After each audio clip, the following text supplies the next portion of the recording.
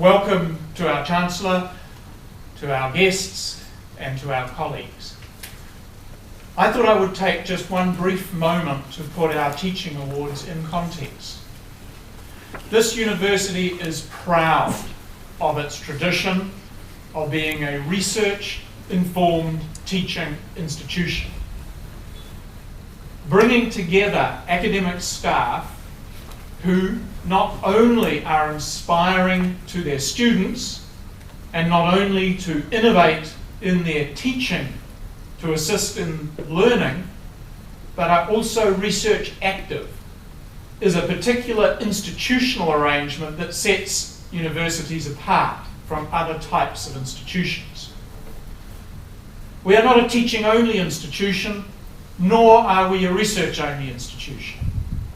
The challenge is to keep that mix in a world where we are often forced or encouraged to specialise at one or other of the polarities of research or teaching. The constraints we face may change the balance of the use of our staff and their time, but we should always hold at the centre of what makes us special that our staff are actively engaged in research while teaching. Today is a celebration of teaching. And there is one thing that is sometimes said about academics that I think we need to be very clear about. Sometimes it is said, well, they're a good researcher, but they're not really a very good teacher. Well, they're a brilliant teacher, but really that explains why they're not so good at research. I don't accept that. I don't actually even observe that in very many instances. I think we have some extraordinary staff who sustain that complexity and those trade-offs and judgments in ways that the wider community may not understand as well as they should, and it is our responsibility not to excuse ourselves, but to explain ourselves. That in a world subject to so much change and innovation, to make sure that our teaching is contemporary, relevant, and motivating to our students, that nexus between research and teaching is important. So today is a celebration of teaching and the award for teaching excellence. And I believe we should be proud to put a little more emphasis today than we may have in the past on teaching to convey knowledge to our students. That when we ask our staff what they think has changed in the last few years, one thing they do say in surveys is that our emphasis on teaching has increased. That the recognition of our part in teaching students now has a higher priority than it may have. So today, we will award 6 of our staff special awards for their teaching, but we should always acknowledge that while they may be those recognised among their peers, the expectations we have of all our staff are being recognised today also. Thank you for being here. I would now like to call upon the presenter for our first awards. I'm here on behalf of Jan Evans-Freeman, who's unfortunately not well today. She's very disappointed not to be able to be here. I've been busy writing a few notes, as I haven't had quite the same time to prepare for this, but it's my honour here to be here to talk about Rajesh Dhakal. My department benefits a great deal from a culture of teaching excellence, and it benefits in terms of its ability to attract students and to retain students. And that benefit and that culture comes from my senior staff, and Rajesh Dhakal is a critical component of my senior team that drives the initiatives around teaching excellence. Rajesh leads not only by example, and the evidence of that is in the student responses to his teaching, and those students respond very positively, and they're not only undergraduate and postgraduate students, but they're also professional engineers. Rajesh also contributes to our culture through his mentoring of our junior staff, and a number of our junior staff have written letters of support in his application.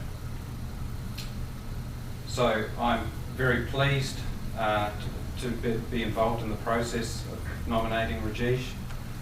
I would like to note that he is an expert in earthquake engineering, and despite the demands on his time from the local, national and international communities for his expertise, he's continued to maintain that very high level of commitment to teaching excellence in my department through the last few years. So I'd like to congratulate you, Rajesh, and I'm very, very pleased, as I say, to see you receiving this award.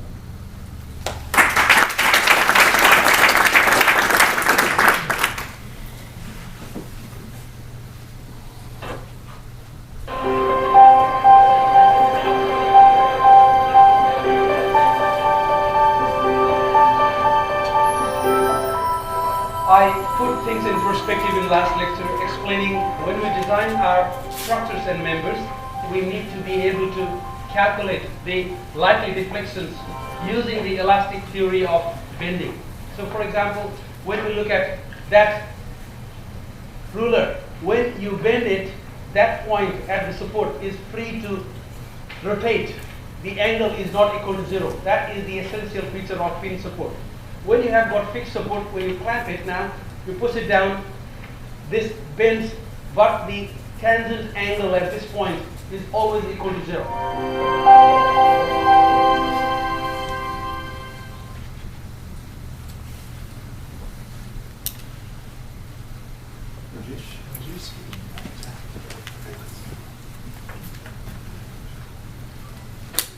Congratulations. Well deserved. Would you like to say a few words?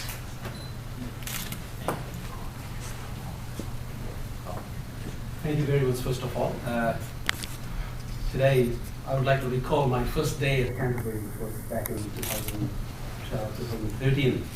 And having come from a completely different background, having born and brought up in Nepal, and I'm learning everything in Nepali, and having studied in different countries like Thailand, Japan, and spending 3 years in Singapore, I came 2012, relatively new and young academic, very upbeat about like teaching to students who have come from English-speaking background with my Nepali accent. And my first week was just a game of one-upmanship with the students. You know? They wanted to outperform me, and I wanted to outperform them. It was just they're trying to use their very fast Kiwi slangs so that I don't understand. And at the end of week 1, I just gave 15 minutes speech on not related to teaching, but philosophy of teaching. I said, look, because what is the main purpose of language? Language is to communicate. If I do this and you understand it, that is a language. So now, because sorry, so if I don't communicate well, or you don't communicate well with me, then I wouldn't understand that, and I wouldn't be able to explain things in a way that you will benefit more. So who will be at loss? You guys, not me. So now let's try to bring, understand or admit, accept each other's shortcomings. I have shortcomings. I'm not a perfect person. But if I know only 70%, and if I can transfer that 70% to you guys, I'm definitely a better teacher than someone who knows 100% and can transfer only 20%, right?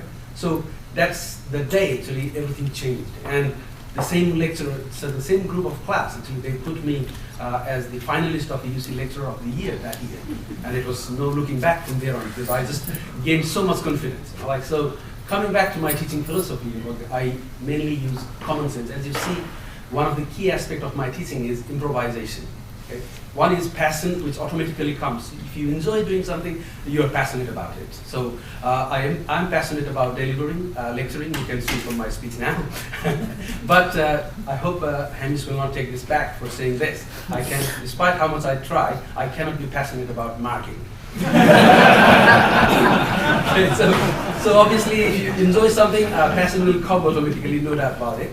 And improvisation, I just look around myself and see anything that I find, like that ruler, which actually, it was not intentional, but it just came out there, right? So when I see a desk, a chair, people sitting there, I say, look, this is what the load transfer path in a building is. Actually, there is a load coming on the slabs in terms of people and in terms of things, and when there is no earthquake, it's just gravity load. Those legs there are representing the columns of the buildings, which transfer the load to the soil and foundation, and when you try to swing here and there, that represents actually your lateral action, which comes from earthquake. So that improvisation they like so much. I just take out my piece of paper there, and I just bend it in such a way that when slab fails, what is the yield line, failure line theory tells? And they immediately see the relevance. So that aspect, improvisation, is I think which is unique to my style of teaching, and which has helped me quite a lot, because invariably in every teaching year, I get appreciation of that aspect of my teaching, right? So having said that, now coming back to actually the teaching award nomination, Mark, thanks a lot. Thanks a lot for nominating. I think that was a very good gesture from the department, and I appreciate when I was preparing the application for the teaching award, I requested 3 of my colleagues to just write something about my teaching. I didn't say support letter. I just said, Alan, Tony, Brendan, I will be happy to, because you have co-taught with me some courses, and you know a lot about my teaching style and my teaching philosophy. I will be happy to write something about my teaching. And they agreed immediately. And when the support letters came, actually, because when I read it, I felt actually it was really unbelievable. And I went to talk to Alan, actually, one of my 3 colleagues, and said, Alan, do you really mean it? It's just so good, you know, like, am I making that much contribution to your teaching excellence? Because he was mentioning that because everybody does influence the students, and everybody does influence the learning of the students. But this guy is special because he has influenced our ability to teach. Okay, and I'm definitely one of those. And he said that I just wrote what I felt, so there's nothing that you need to be embarrassed of. So I thought at that moment actually that I have already got my reward. Regardless of whatever the outcome is, this is my reward. Because I have to spend so much time with them for the next many years, right? So it was really good. But anyway, because apart from that, I would accept this, I would not reject it. So thanks a lot. Thanks everyone who have contributed towards it, my colleagues, and a special thanks to my wife, Salu. Being the better half, you deserve more than half of this. Thanks.